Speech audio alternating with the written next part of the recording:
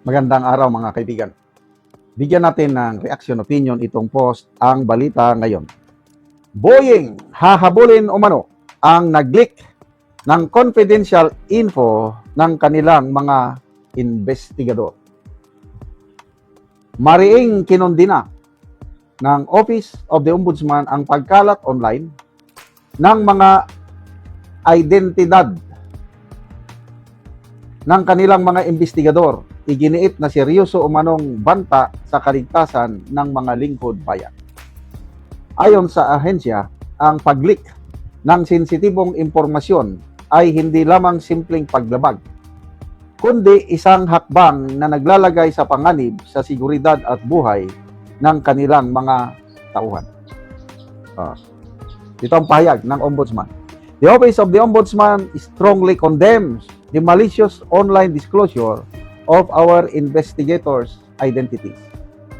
This unauthorized leak is a blatant attempt to intimidate public servants and directly jeopardizes their personal safety.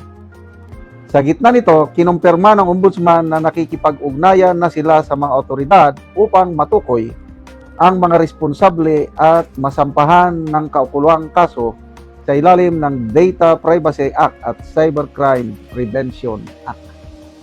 Okay, so sino ang posibleng nag-leak sa mga pangalan ng mga investigators? Mabigat ito dahil these are confidential identities na mga investigator na humahawak sa mga sensitibong kaso, lalo na dito sa anti-corruption drive ng Office of the Ombudsman. Biglang kumalat online mga pangalan nila.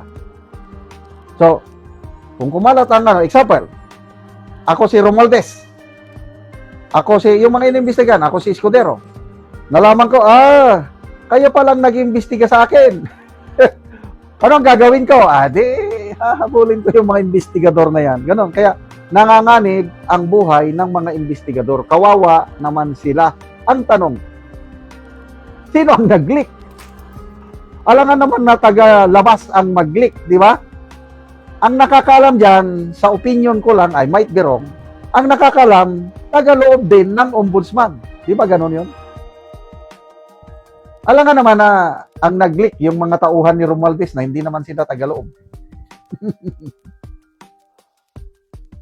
Or may mga espiya sa loob ng ombudsman na loyal kay Romualdez, loyal kay Escudero, loyal kay kung sino yung mga iniimbestigahan.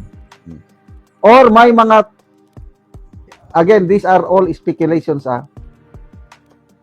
Wala akong prueba analysis, opinion ko lang ito.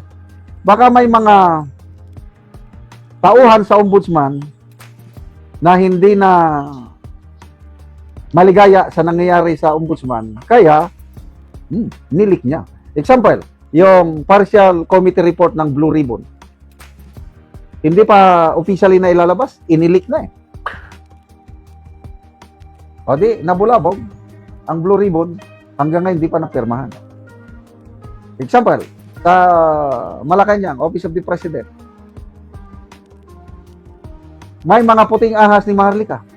Kung anong nangyayari sa loob ng palasyo, nalalaman natin kaagad dahil binubulgar ng mga puting ahas. So, yung mga puting ahas ni Maharlika, hindi sila natutuwa sa ginagawa ng administrasyong ito. So, there is something, hindi naman, ang may kasalanan is sa loob pa rin ng opisina. Napasukan sila. Merong spy.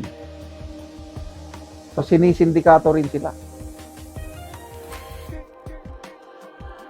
So, ano ang maganda dito? Pwedeng nagkaroon ng background check. Kaya lang, kung sino man ang gumawa niyan, I believe marunong. Hindi siya basta gagawa niya na matrace up na siya ang gumawa. So, lesson learned. Ayusin natin ang ating trabaho. Kasi kung maligaya ang mga trabahante mo, hindi sila maglilik ng ganyan. Pero kaya nga tinawag na confidential eh. Tapos ngayon, na bulgar na. Meron akong, hindi ko naman napanood, thumbnail lang ni Jojo Di Guzman. Sabi niya na, testigo ni Boying Peke, something like that. Hindi ko naman napanood. So, ayan, sasampa ng kaso. Sino naman ang sasampa niya ng kaso? Kaya importante yan, Data Privacy Act. Yung ginawa nila kay BP Sara, yung pag-disclose ng mga bank transactions, may posibilidad na paglabag sa Data Privacy Act. Kaya, back to you. Kung ano yung ginagawa nyo sa iyong kapwa, babalik din sa iyo. Yun na yung tinatawag na bad karma. Salamat mga kaibigan sa inyong pagsubaybay sa channel na ito.